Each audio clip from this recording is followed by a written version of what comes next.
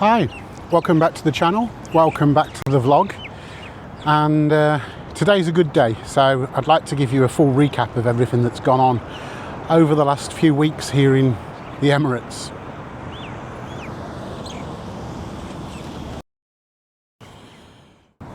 So if you've been following the story, you'll probably already know quite a lot about what I'm going to say, but I'll give you the whole story now from start to finish because I feel a lot more human and a lot more able to talk. So for those of you that have been watching the vlog for a while, you'll know that I drove back from Spain and France at the start of January, and while I was driving back I knew that I didn't feel very well. I was having trouble going to the toilet,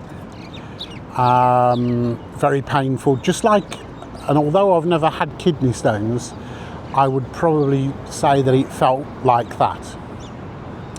So I rang up my doctor on the way home, not expecting to get an appointment, but just to make them aware and, well, just to see what they said. And I explained to them that I was flying out to Dubai in a few days' time, so I had a very, very short window to see them. And much to my amazement, they actually made me an appointment, which they just don't do. But anyway, they made me an appointment on the 8th, and I took a sampling, and I told them my thoughts. I said I thought I had some sort of kidney infection. So they gave me some antibiotics, and they said that they would send the sample off to the hospital to see if there was any other problems. And they said if there was and they needed to change the medication, then they would email me and maybe I could get a prescription here in Dubai. So I started taking the antibiotics, and that seemed to work. The pain went, however the fever was still bad. At night I was literally drenched. So anyway, I flew out to Dubai on the night of the 9th, and I arrived early hours on the 10th, and I checked straight into my hotel room, and I basically spent 3 days in bed. And don't forget, the reason why I was out here initially was for work, so I had some meetings and a conference and an exhibition, none of which I could attend because I never got out of bed for 3 days. I just relied on room service and that sort of stuff. So on the day of the 13th, I made the decision that if I wasn't better the next day, I would take myself off to hospital. After about 10 minutes of thinking about that, I thought, what's the point? I'm not getting any better, and I'm not going to get any better. So I bundled a few things into a bag and took myself off to hospital, expecting to stay. And I got into the hospital and checked in within 10 minutes of arriving. And obviously, travel insurance doesn't kick in straight away because they've got their processes and whatever that they need to follow. So I needed to pay them some money just to cover the initial consultation and tests. So I went straight in and saw a doctor, and he did blood tests and blood pressure and all that kind of stuff. And within an hour, I was actually laying in bed in intensive care. You've probably heard one of my videos previously talking about this CRP, I think it's called, but I'll correct myself if I'm wrong, which is a measurement of infection. And in a normal, healthy person, the CRP value is 0 to 5. And when I checked in, mine was 350. So they put me into ICU, and they started giving me various different antibiotics in the hope that one of them would work. After 2 days, my level went up to 350 plus. So it wasn't getting better, it was getting worse. They did various tests, blood tests and CT scan and x-rays and ultrasounds. And also at this stage, the insurance still hadn't kicked in, so I had to pay them another load of money. All in all, I think I ended up paying them around about £15,000. And what they discovered with these various different scans was the average human kidney is around about the size of a fist or the size of an orange. And that was the case in my right-hand kidney, but my left-hand kidney was the size of a grapefruit.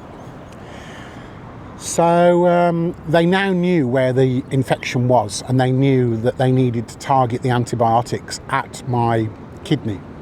So they changed the antibiotics, and they also took me down to surgery, which they did under an anaesthetic where they injected me into my spine that basically paralysed the whole of the lower part of my body, which was really weird. I never ever want that ever again. Didn't hurt. It was just really weird not being able to wiggle your toes or move your feet. You knew that they were there, but you just couldn't do anything with them. So what they did was, they did two things. Number one, they drained all of the poison that was in my left-hand kidney. 2.5 litres of poison they drained out.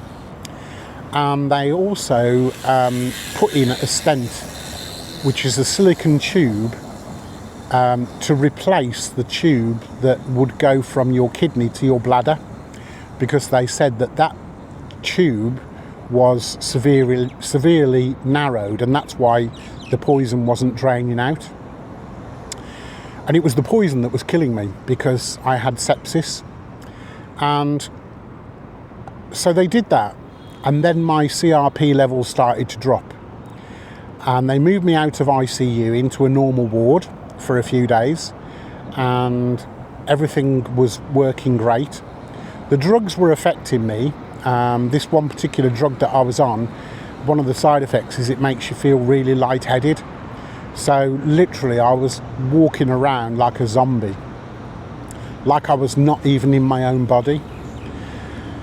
So anyway, after a few days, they said, we're happy to discharge you. And by this time, the insurance company had kicked in. So the insurance company put me up in a hotel near the hospital for a few days. And that was all fine, although I just felt really, really weird. And the biggest problem then was not so much my health, although that was obviously still a problem. To me, the biggest problem was just, it was like solitary confinement. I was like stuck in my hotel room all the time, and I was trying to take myself off to see different things. And I would literally be walking around shopping malls all day, just trying to keep upright and keep mobile, and keep my brain moving. I couldn't hold a conversation with anybody. My mouth had literally stopped moving. So anyway, I went back for a checkup at the hospital, and things were looking good. And they did some more tests, x-rays and blood tests, and then I went back the next day, and they said that it all looked great. My CRP levels had now dropped from what was about 160 to close on to 100. So still the infection was there, still it was causing me to have some fever, but nothing like what I was experiencing previously. So they were happy that the drugs were working, but they switched my main drug, to the antibiotic, away from what it was, because that was causing me to be lightheaded. So they've switched it to another drug now. So one of the things that the insurance company agreed to do was to move my hotel. Not that there was anything wrong with my hotel, it was a nice hotel. But being in Dubai on your own, when you don't feel great, is not brilliant. You know, there would be some people out there saying, God, I can't think of anything better than being sat round a pool all day. But that wasn't what I wanted. I needed some conversation and whatever. And most of my colleagues are in Sharjah, which is one of the next door Emirate states to Dubai. So it was only half an hour up the road. So they agreed to move me to Sharjah, which is where I am now, which is great because we've got a big office here, and we've got lots and lots of colleagues who are friends of mine. so I get to actually see them as well. So anyway, here I am in Sharjah. The meds have changed. My head is now a lot clearer. My ears are working, so I can actually hear clearly. The drugs that I'm on, I'm going to be on for the next 3 months or so, to clear up the infection and to deal with the fact that my prostate was enlarged due to the infection as well. And then within the next 6 months I need to have this stent taken out, so I don't know how that's going to work. But the one thing that I would say is this: where I class myself as really lucky, I'm a believer in fate. And I believe that it just wasn't my time. Without trying to speak bad of the UK health service or any of the people that work there, and you know, they do a great job within the constraints that they've got, the system's broken.